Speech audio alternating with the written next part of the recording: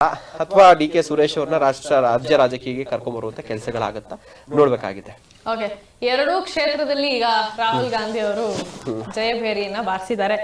ರಾಯಬರೇಲಿ 4 ಲಕ್ಷ ಲೀಡಲ್ ಗೆದ್ದಿದ್ದಾರೆ. ಅಂಡ್ ಈಗ ಪ್ರಿಯಾಂಕಾ ಅವರಿಗೆ ಈ ಕ್ಷೇತ್ರನ ಬಿಟ್ಕೊಡ್ತಾರಾ ಅನ್ನುವಂತ ಒಂದು ಮಾತಿದೆ. ಏನನ್ಸುತ್ತೆ?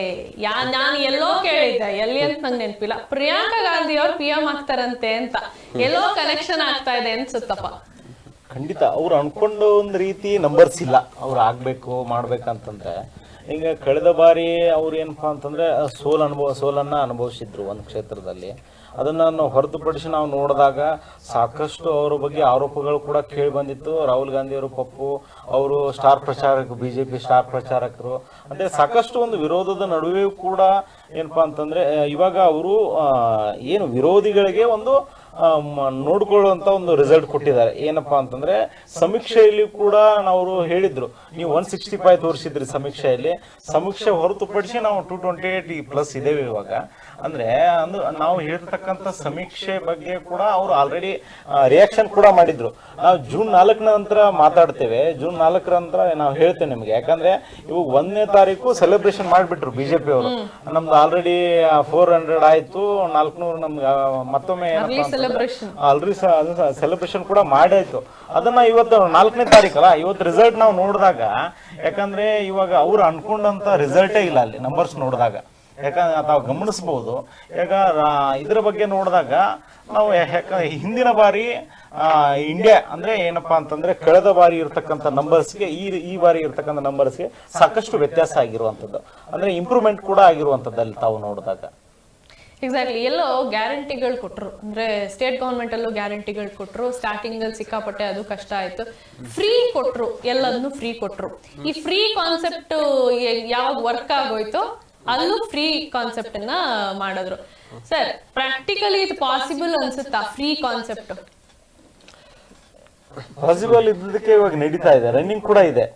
ಯಾಕಂದ್ರೆ ತಾವು ನಮ್ಮ ರಾಜ್ಯದಲ್ಲಿ ಅಂತಂದ್ರೆ ಕರ್ನಾಟಕದಲ್ಲಿ ನೋಡ್ತಾ ಇರ್ಬೋದು, ಸಾಕಷ್ಟು ಹೆಣ್ಮಕ್ಳಿಗೆ ಅಂದ್ರೆ ತಿಂಗಳಿಗೆ 2,000 ರೂಪಾಯಿ ಬಂದೇ ಬರ್ತಾ ಇದೆ.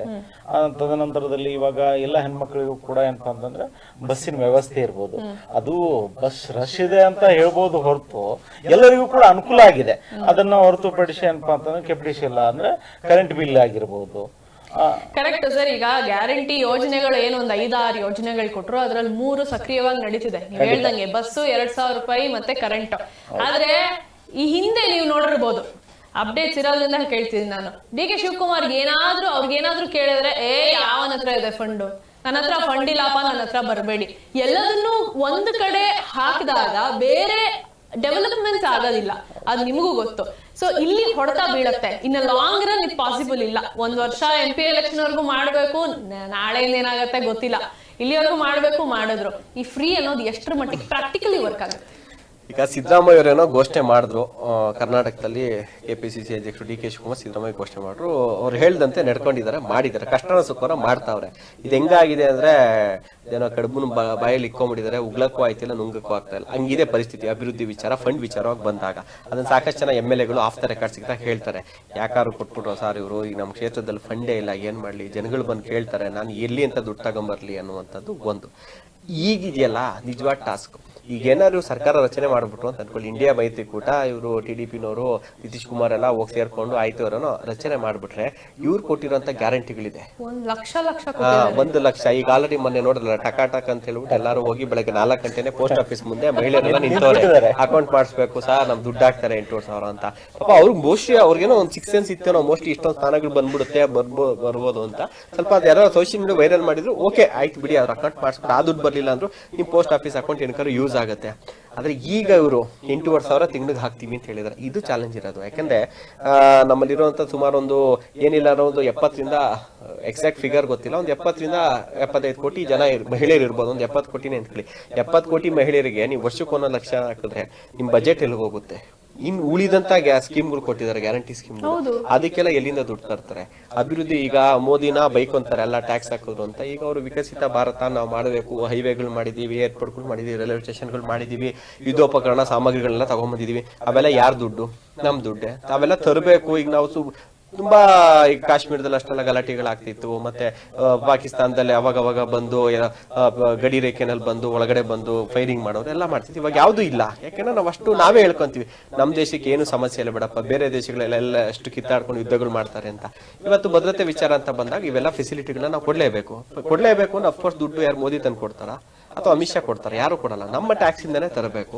ಸೊ ಈಗ ಹೈವೇಗಳ ಅಭಿವೃದ್ಧಿಗಳಾಗಿದೆ, ಫ್ಲೈಓವರ್ಗಳಾಗಿದೆ, ಮತ್ತೆ ಜೊತೆಗೆ ರೈಲ್ವೆ ಸ್ಟೇಷನ್ಗಳಾಗಿದೆ, ಏರ್ಪೋರ್ಟ್ಗಳಾಗಿದೆ, IIMಗಳಾಗಿದೆ, ಮತ್ತೆ ದೊಡ್ಡ ದೊಡ್ಡ ಕಾಲೇಜ್ಗಳಾಗಿದೆ, ಯೂನಿವರ್ಸಿಟಿಗಳು ಮಾಡಿದ್ದಾರೆ. ಅದಕ್ಕೆಲ್ಲ ಎಲ್ಲಿ ದುಡ್ಡು ಬೇಕು ಅಂದ್ರೆ ಅಭಿವೃದ್ಧಿಗೋಸ್ಕರ ನಾವು ಟ್ಯಾಕ್ಸ್ ಕಲೆಕ್ಟ್ ಮಾಡ್ತೀವಿ ಅಂತ.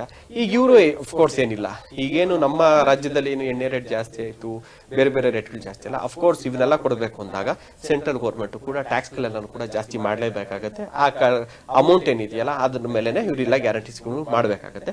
ದೇಶದ ಅಭಿವೃದ್ಧಿ ಎಷ್ಟು ಮಟ್ಟಿಗೆ ಇದು ಹಿಂದಕ್ಕೆ ಹೋಗುತ್ತೆ ಅಥವಾ ಈಗ ಸ್ಟೇಟ್ ಅಲ್ಲಿ ಅನುಭವಿಸ್ತಿದೀವಲ್ಲ, ಮೇಲ್ನೋಟಕ್ಕೆ ಏನೋ ಎಲ್ಲ ನಾವು ಚೆನ್ನಾಗಿದೀವಿ ಅಂತ, ಅದೆಲ್ಲ ಮೇಲೆಲ್ಲ ಚೆನ್ನಾಗಿದೆ, ಒಳಗಡೆ ಎಲ್ಲ ಮೇಲೆಲ್ಲ ತಳುಕು ಒಳಗಡೆ ಎಲ್ಲ ಉಳುಕು ಅಂತ ಹಂಗಾಗ್ಬಿಡುತ್ತೆ ದೇಶದ ಪರಿಸ್ಥಿತಿ. ಚರ್ಚೆಗಳಿರೋ ಯಾಕೆಂದ್ರೆ ಇವ್ರು ಇಲ್ಲಿ 2,000 ರೂಪಾಯಿ ಕೊಡ್ತಾ ಇದಾರೆ, ಆದ್ರೆ 10 kg ಅಕ್ಕಿ ಕೊಡ್ತಿದ್ದು 3 kg ಆಯ್ತು, ಎಷ್ಟೋ ತಿಂಗಳು ಕೊಟ್ಟೇ ಇಲ್ಲ.